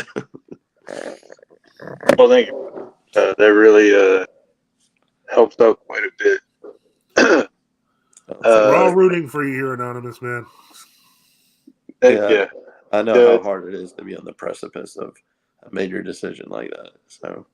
So this is probably a more so the silly question. Okay. So I do desire to grow out my hair and my beard for the rest of my days. Right? It's not mandatory. Just letting you know. I know. So would I be okay with getting a Viking cut? Or I don't know. There's no unapproved haircut in the Orthodox Church. Okay. That's why I said probably a silly one. We don't judge fashion too much. I was about to say the hair and the beard is kind of secondary to your salvation there, buddy. Yeah, it's not a big deal. You'll be fine. Oh. But yeah. Although I do believe Clement of Alexandria said it's like a lion's mane or something like that. So. All right. Well, we're gonna get off beer and probably go have dinner. But for sure, I'm gonna look into those books. Hopefully, they'll be on. And don't forget to reach out to Archbishop Irenaeus. And don't forget a prayer book. Don't forget to pray. Definitely. I won't. I actually got the OSP for my birthday, so I can actually learn something. The only one I know is like the Jesus prayer, Our Father. That's a good start. Well, it's a good start, and you'll be getting more prayer books soon. I'm pretty sure. All right. Well, Sam, thank you for being on, and we're glad we could help. And you're always welcome back. Okay. Thank you. God bless you guys. Glory to God. Okay. Glory to God. God bless. Good night. I was kind of wondering if Father Boniface was making bacon and eggs, Lenten style. I thought he was washing dishes, but we can always ask him. Father, what exactly was going on? Well, I unmuted. Theories. I'm making my dinner. Okay. I got 3 fry pans going at one time. Okay. All right. Someone was in the kitchen. Yeah. That's what I thought. How many courses? Orthodox tradition was supposed as cleaning the barbecue itself. Yeah, I thought he was cleaning the grill there too. I apologize. I just wasn't thinking. So it's all right. Yeah, it wasn't my beard this time scraping the microphone.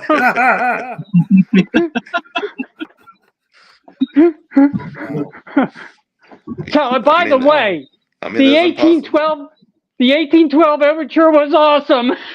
I won't keep it forever, but at least for a couple of weeks, yeah. Oh, that's all right. Yeah, I got a charge out of it.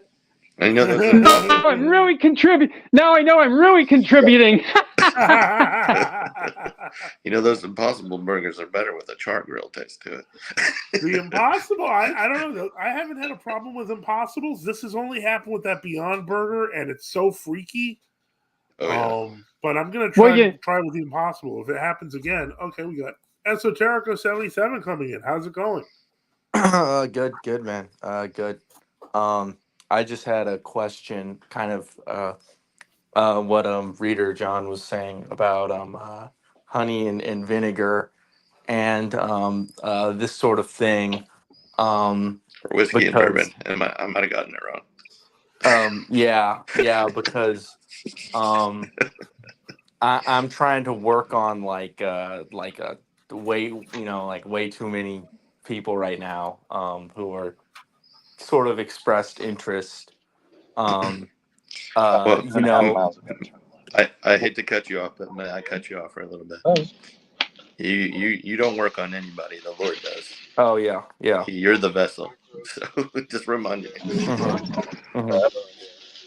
Right, but I get what he's saying. So he's trying to do some stuff. Well, I watch out for the people coming Uh, behind this Yeah, generation. you don't want it to be about me. You want it to be about. Tell you what, but there's like this one guy. I think he said he was going to become Orthodox, and then I took him to the GOC church, and he really liked it. I haven't heard from him in a Thank bit. God. Yeah. But and then I'm taking another friend. He just randomly told me like the other night. He was like, "Oh, this seems really cool." He's like, "I'm kind of interested in it."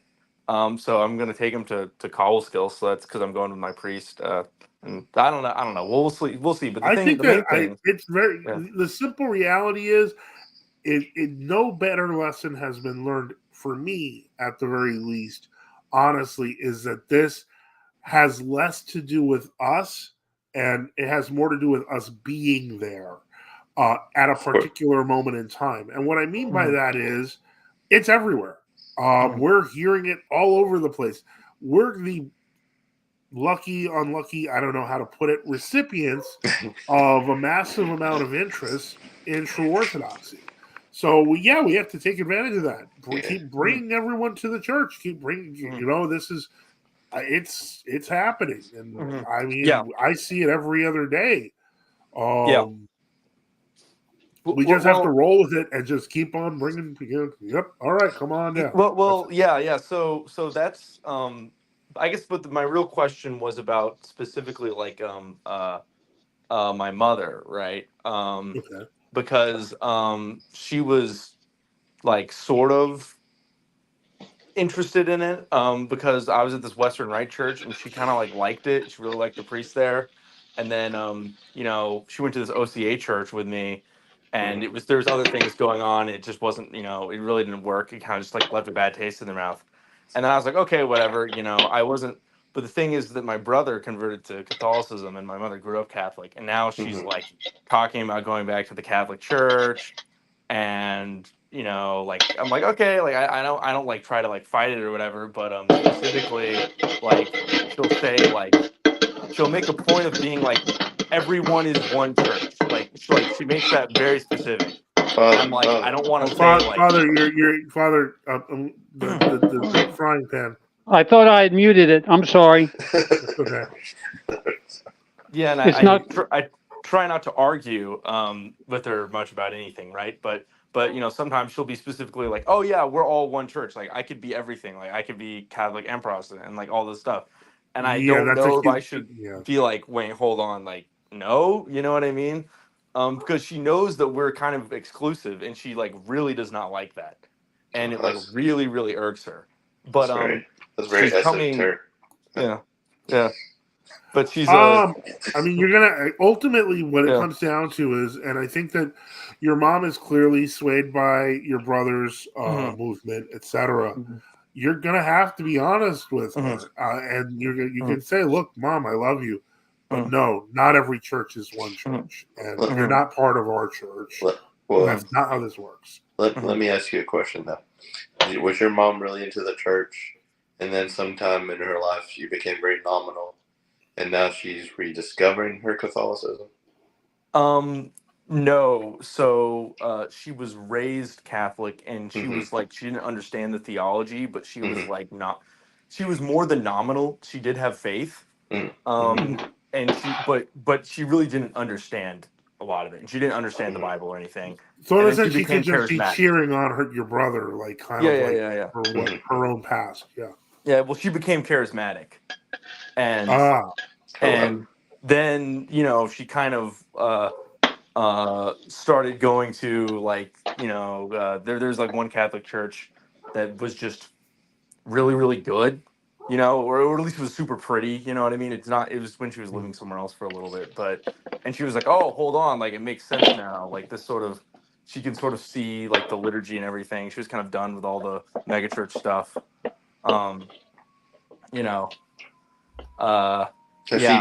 And you said she's been to an Orthodox church? Yeah. She's been. She was at the Western Rite church that I was chrismated at, and she really, really, she really, really liked that. And then she didn't like the OCA, So she's drawn to the liturgy. I would foster that. Yeah. If she's drawn to it, I mean, that sounds like the way the Lord is working with her. Yeah. Yeah, And then, and the liturgy is, something of beauty that, okay, I'm sorry. Hey, And here's the thing: when she's at the liturgy, she doesn't know it. The grace is washing over all of you. So it'll soften her heart. She won't even know it's coming. Yeah, but the thing is the final thing is I'm sorry to just like dump like all this different stuff. Dump away. My girlfriend is she was really open to Orthodoxy the first time she went to service, but she's kind of been fighting me on it. But the main thing is that she's like, oh, when we went to the new calendar churches, they were, there was like kids and stuff. You know what I mean? There was like young adults. You're joining something that's going to die out, right? It's all going to just be old people, and it's going to die out, and it's just going to be you, and like all the, this sort of thing. She just really goes back and forth. I don't really. It's weird because she really goes back and forth between. She thinks it's like too hierarchical and too, we just worship priests, and do whatever they say and stuff like that. But on the other hand, she does sort of seem to be drawn to it. I don't know. It's very confusing. And it's just sort of like, what do you do with, that situation?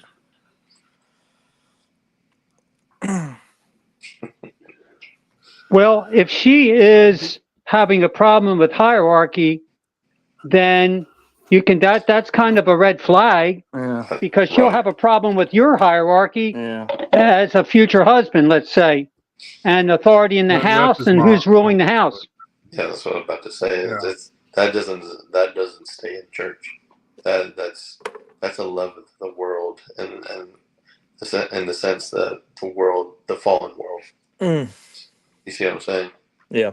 That she's not drawn to the beauty that the mystery of the beauty that's within the church. She sees it superficially, if that makes sense.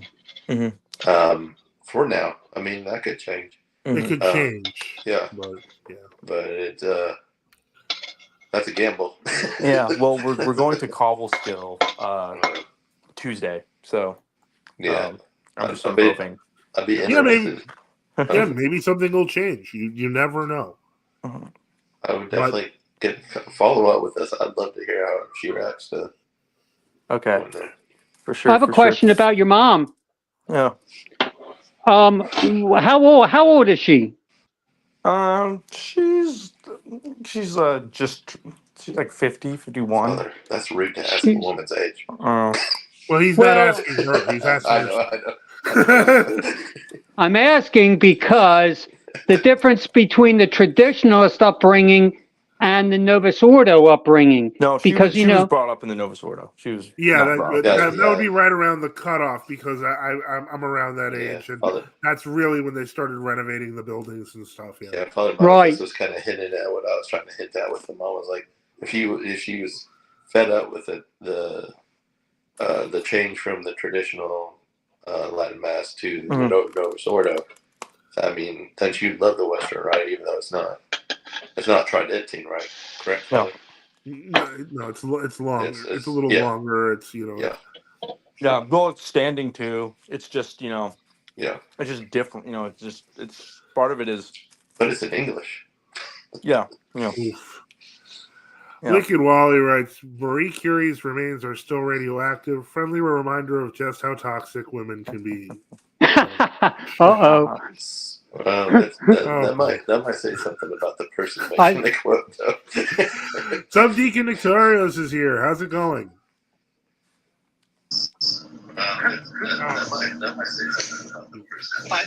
You might want to kill our audio. Anyway. Can you hear me? Yeah, now we hear you. Okay. Can hear you now. Come here to police the barbecue man over there. I think he's good. He was just making dinner, but I think it was more like frying. It was frying pans, so it wasn't technically barbecue. Sure. My apologies. Hey, what happens in Lent stays in Lent. No, I can't let Rdr John be here unsupervised. So Yeah, that's true. I'm going to have to sign out for a few minutes. All right. Well, we understand. All right. Well, we'll see you in a few, if we're assuming we're still here. Subdeacon's pulling rank. How's it going today, Subdeacon? Well, we were trying to watch that earlier. I think I'm going to have to watch that one by myself because it's like 40 minutes long. Yeah, it's long. Yeah. I just finished it before we got on here. Okay. It's really good. It's pretty much just Subdeacon Nektarios' book, essentially. Oh, okay. Yeah. Yeah, I mean, there's some small details that he says that were pretty awesome. Yeah. Okay. Well, I'm definitely going to look forward to it. Oh, like what? Like Bishop Gregory, that was interesting. Yeah, that part. It's great as all these older bishops have all met St. Philaret in person. Yep. Or served with him at some point. No, one of the interesting points that I didn't even know was the reason for Alexander Lebedev's reasoning why he went to Romania and Bulgaria. Oh yeah, I was curious. I didn't hear that, so I'll definitely have to listen in to hear on that one. Yeah, it was because I guess they were trying to talk the old calendar Bulgarians and Romanians to going back to the Patriarchate. Oh, that I don't think that would work too well. Yeah, it didn't work. Didn't work, but a nice try though. I don't when's the book coming out though? The new one. I was actually the fighting from within. How Yeah, I'm actually looking at it right now. I'm actually working on it as we speak. Wait, there's people fighting from within. Well, no, he tried to find any example of history, so we'll see. We're looking forward to it. Yeah, I'm actually working on an appendix right now. Examples of parallel jurisdictions in history. Oh, that's gonna you mentioned that to me. That's gonna be pretty interesting. That's gonna be a messy book. It's gonna be the kill shot, basically, is what I'm hearing. Yeah, I'm not doing it. It's not too long because I mean most of the book is that already. It's just. I think Subdeacon Nektarios is just here to remind us how messy history is. Well, we need to because otherwise we're never going to understand now. Well, yeah, and when he's undoing the revisions, the glory to be to God. Yeah. Because I've been reading this stuff for years, and I was like, wait, no. You guys are revising this. I remember reading this 20 years ago. Yeah. Yep. Yeah. Well, I mean, a lot of this they don't want you to know either. So. Yeah, exactly. I hate to say it, but yeah, they kind of sit on a throne of lies with all this stuff. So it's all coming out. So yeah, it definitely is. I'm trying to think. You said there was about 20 examples that you could think of. At least there was. It was actually written by a priest of the True Orthodox Church of Greece who actually put together an essay that had at least 20 examples. Might have been like 25. Mm-hmm. Is it on a website? An older website? I haven't been able to find it in a few years. If you found it, what's that funny name with that .ru on it? It might be on there. Okay. What you mean as Bika or something .ru? Or? Yeah, I think so. Maybe that's what I'm thinking of. That website is invaluable. That one. Yeah. But that Orthodox archive is more invaluable. Small. Yeah. Did you read? Did you check out that the new thing that was posted on Orthodox Archive? No. No. What would? If you don't tell us about it, we're not going to know. You guys aren't sitting there researching constantly 24 hours. No, we have Discord. That's authoritative. I'm checking now. Hold on, let me send you a link. And I'm not on your Orthodox Cafe yet. You gotta get on. I know. Yeah, send me a link in the private chat and we'll make it live and then you can direct me. This is pretty interesting stuff that I found. Wait, I think I did see this. You may have sent me a link for this. Yeah, you did send me a link to this. Give me a moment. Let me just put it on the screen. Share screen. And yeah, that's Seattle Times, Father Nikitas Palasis articles, 1967 to 1968. Now, this is back when he was still with the Greek Archdiocese. Yeah, so this is his version of events of why GoArch basically booted him out, and he was accepted via Canon 15 from St. Philaret. Yeah. Pretty Oh, you want me to? Okay. And that yeah. explains why we formerly from Rocore had a roughly relationship with GoArch. Yeah. Well, I mean, to be quite frank, yeah, they apparently it looks like they just try to force him out, and obviously, so he ended up going to Rocore and used Canon 15. Now, this was happening around this time. Because also, if we remember, didn't Holy Transfiguration Monastery leave in like 1965? Well, if I remember reading the history correctly, like a lot of stuff started infiltrating their seminary in the 50s. That was very modernistic, very. Well, there was also, I mean, even hyper modernistic. Yeah, once we got to 1965, you had the lifting of the anathemas. Yeah, and so that really kind of caused a lot of chaos. That kind of laid out all the cards on the table. Who's put You can see in the photos the Father Nikita's. If you scroll up and then you look at his earlier photos. Yeah, he has no beard. Yeah, then you get down to when he's in Rocore. His beard comes to life. It's a miracle. Wow, that camera's $149.50 in 1968. That must have been like a really, really, really expensive camera. Yeah. Sorry, that's a detail that was that literally had nothing to do with it. There's an interesting detail I found in. I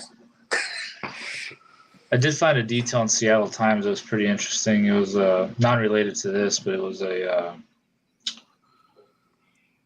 reference. What was the Seattle Times called it the Soviet Moscow Church. Oh, really? Wow. Yeah, they called it that. And they're not Orthodox, so they just. It was so obvious to them in the '60s, but now it's like, what? Soviet? What do you mean? Yeah, it was pretty good. Yeah. So, all right. Well, that was pretty cool. And let me see here. Esoterico said had to head out. So, okay. Well, that's not a problem, Esoterico. We're thankful for having you, and you have a great rest of your night. And so, all right. Well, we're heading on to the just about the cusp of hour number 2. Well, at the end of hour number 2, we're at about 10 minutes out of hour number 2. So, you've got some new stuff coming out? We want to talk about that, Subdeacon. So, Yeah. If you have questions about it, you can go and ask away. All right. So the first question is, because a lot of people are asking this, what's the new thing that's already out? Because you're putting out so much stuff that some of it's out, some of it's coming out. What just came out? Because I know something did just come out. From me or from others? No, from you, from your books, the books. I think it was the new one is this one, I believe it is the canonical. There's got to be a way to make it. Oh yeah, the canonical legal position of the Moscow Patriarchy. Yeah, by Bishop Gregory Grave. Mm-hmm. So I'm going to just put that on the screen because that is useful, and I will include a link. Give me a moment. Yeah, that book is very good. Yeah. So this is a new edition of Bishop Gregory's work, and I will include a link to it so that people can pick it up. And so, if you're interested in this, and we definitely recommend it, I am putting a link to it That's the Compromise says I do have it. I have not yet read it. Okay, very good. Well, we're definitely looking to see what your review is going to be like. I'm holding out for a digital edition. Might be holding out for quite a long time. Fine. Well, all right. Well, in that case, hopefully we will be seeing more stuff happening. And you've got some more books coming, as we know of, including the Fighting from Within book. St. Joseph of Petrograd. What's the story on that one? That one, I think actually I'll probably get the Fight or Flight book out before that one. Okay. because that one's already done. That one was kind of, I didn't want to say anything about it until it was done. So now we're done. So it's just being edited. And How long did it take you to put it together? I think you said 6 months, or yeah, so I started it literally the day that I got received into the GOC. oh wow, No Yeah, pressure. so yeah, it was on the Feast of St. Philaretus when I actually opened up Word and started typing. So it was October. well, I think his feast is the beginning of November. It's I got received in October, right? Or November, I can't remember. Hold on. Let me look at the day on the. I actually have the day here already. It is.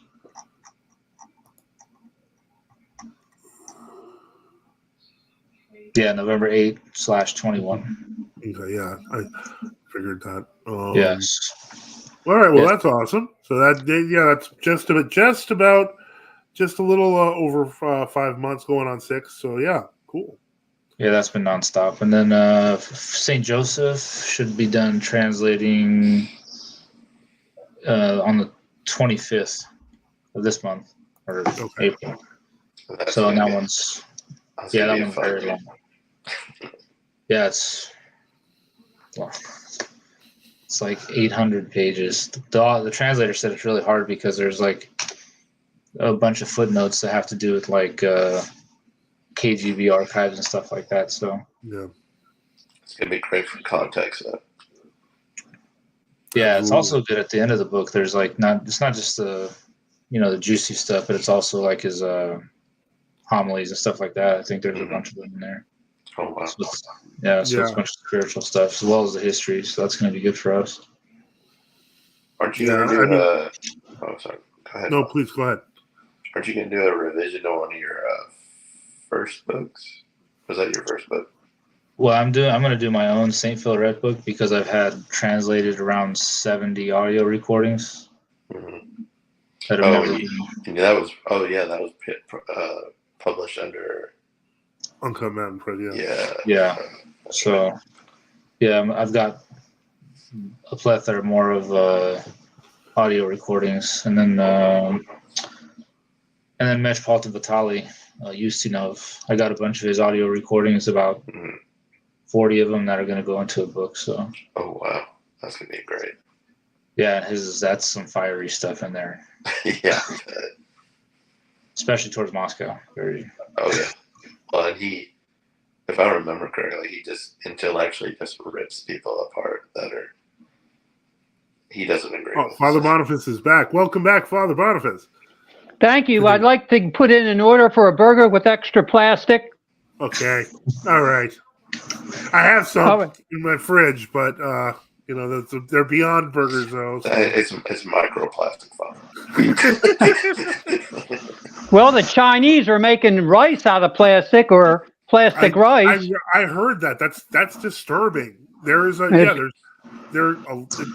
if you follow some of the stuff that's happening with Chinese news, they're beginning to use plastics as replacement filler in meats and in rice and in a few other things because they have so little what's the word I'm looking for, oversight when it comes to this stuff, that unfortunately people are sneaking it in, even restaurant food. It's disturbing. Well, look, let you get back to your conversation there. I'm back. I'm going to mute those so I can eat and not make noise. All right. Okay. We're going to find out what you ate before the night's over, though. So, in any case. Look out. I heard that one. That's gross. Yeah, it is. It's all absolutely horrible. But the fact that I had something like that happen with a Beyond Burger, I was like, I can't believe it. And it's not just me. It's lots of people, apparently. You're you think you're buying a nice, healthy, non-meat burger, and the thing starts smelling like burning tires. Yeah, it's terrifying. But in any case, any other Lenten disasters we'd like to discuss? Lengthy disasters? Lenten disasters. Lenten disasters. No, not yet. Not yet. Okay. Well, when it happens, we want to know, because there's always that one meal that's just Did you hear something about the Serbian patriarch saying some crazy? Porphyrius? Yeah. Someone Yeah. sent me. I'm looking at my phone. Yeah, like Romania and Serbia are going off the rail right now. No, I guess during the Sunday of Orthodoxy, I guess the patriarch of Serbia said he anathematized like anybody who believes that the Holy Spirit proceeds from the Father. What? Yeah. Huh? Yeah. Was that a mistranslation, or is that for real? No, apparently, because it was sent to me from a Serbian person. Oh, okay. And he's like, "Did you hear this?" I was like, "Well, I don't speak Serbian, so." Please find that, because definitely I have it here. Let me. oh yeah, put it in the private chat, because I will put that up and we will make it famous. Even the Catholics. Actually, I have to send it to the Facebook. Even the Catholics say that it proceeds from the Father and the Son, right? You can't hit the private chat in the. It's on my phone. It's on my phone. Oh, okay, gotcha. Hold on. Hold on. Yeah, someone sent it to me. And it sounds like a practical joke. It's so bizarre. No, he was like standing there with like, all the subdeacons and readers and deacons, and he was like, I mean, I can't understand what he's saying, but apparently what he's saying is that all the patriarchs talking about quote unquote all calendars lately and how stupid they sound. I just thought, yeah, it's crazy. I just sent it to you via Facebook. All right, I'm checking. Let me get the gist. I guess is. I mean, there's no chance we have a source for this, is there? Because this is like a direct video link. Yeah, it's an actual video. I'm reading something about it. It says. If only we had somebody with an Android phone that live translate. What? Nothing wrong with that word. Openly, see, patriarch, Porphyry. This is a bad translation of this, but during Holy Week or during the Sunday of Orthodoxy, uttered stupid anathemas that he invented. Those who wrongly teach about the Holy Spirit that he comes from the Father, anathema. Those who wrongly teach about the Church of God, I don't know. This is a bad translation of it. That doesn't make sense, but what I'm being told is that that's what he said, apparently. So. Yeah. Well, you know what it sounds like? Sounds like a plant.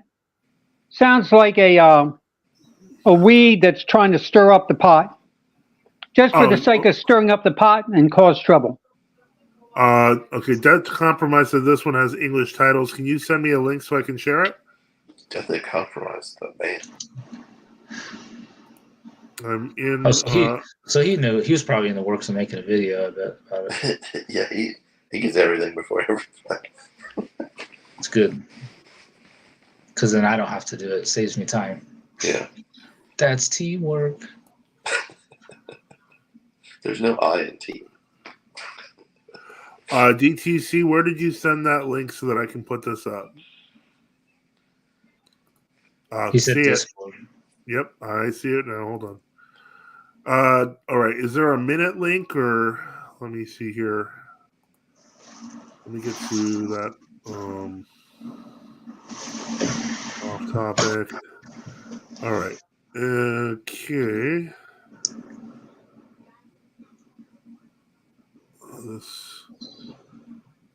I think this is a different thing. This is Euro Pride. Hold on. Yeah, this is a. Actually, let me see. Not that one. No, this is different. Yeah, different. Good try though, DTC. I appreciate it. We're trying to find that. Yeah, there's some crazy stuff. Actually, let me send you the. Hold on, let me send you one more thing. Yeah. Okay. Where are you at? Here's. Oh, this is what I got sent.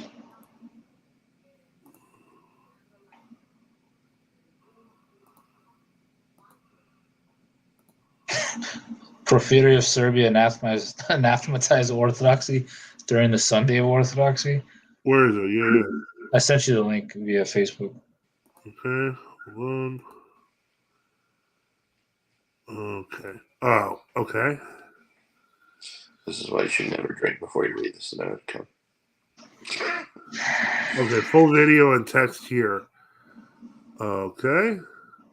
Oh, I know this website. Okay, this is a pretty good one. Hold on. Let's make this full size. Let's get this over there.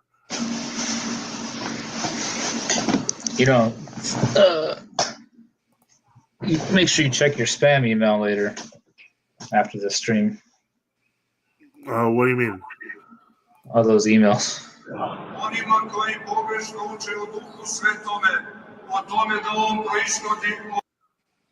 It doesn't look like it has subtitles. Onima koji pogrešno uče o crkvi Božje kao telu Hristovom, anatema. A Bogu našemu neka je slava, Otcu i Sinu i Svetome Duhu, sada i uvek i u vekove vekova. They almost said anathema to the Gloria. Did you see? The bishop to his left was like, what? Yeah, that was the last one. Like, everybody's like, what? So did the whole Patriarchate of Serbia just go idiot or what? They'll say no. They'll just say he was, They'll probably just say he was tired. He was tired. Yeah. He looked like he was reading off a piece of paper, though, too. That's not...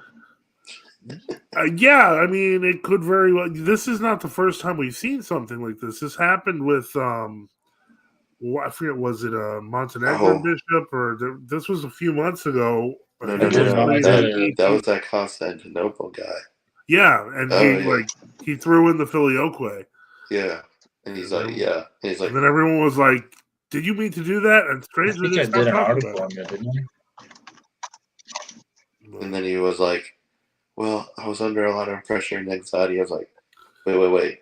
The only reason you would slip is if you were already using that in your prayers, dude. Come on. You just don't go, oh, I'm anxious. Oh, I'm going to throw in the filioque. Come on. I remember that, and I think that was intentional. Intentional to compromise everything. Yeah, Subdeacon Nektarios wrote about that, I guess, on his blog, the filioque. July 23. Yeah, that was July. That was last year, yeah. Okay. Wow. All right. Well, okay. So, Father Boniface, quick question. Yes, sir. What was for dinner? Yeah, everything. We all want to know. All right. So I'm on a non-allergic diet, and since I'm having it fish now, I buy the salmon out of the cans, I rinse it to get the salt out, and then I fry up some celery and onions, and I put in some cassava flour and some sorghum flour and some flax, and then I fry it up in olive oil, and so that's what I'm eating. Okay. That definitely sounds like something that requires a lot of stirring. So, but it sounds healthy. I was gonna. I fry it at least at 350, and I don't smell anything else. Oh wow! That's now. My question about that patriarch or who that saying was, what was he eating beforehand? That's what I want to know. All right. He was having those special gummies. Well, I tell you what, I don't want your plastic burgers, but I sure would like a buggy burger. Oh no! Don't worry, Klaus Schwab's got that coming. Made with legitimate bugs. All right. Well, we are at the second hour, 50 minute. I don't see any new questions coming in, so in this case, I am going to close out.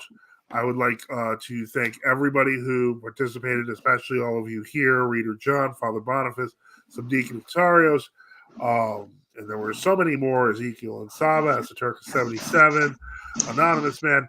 who just came in the chat. People who came in with questions, I would like to thank you. And again, this is the end of the month. We're going to the beginning of a new month here, and so we keep this keeps going because of our viewers and because of our listeners.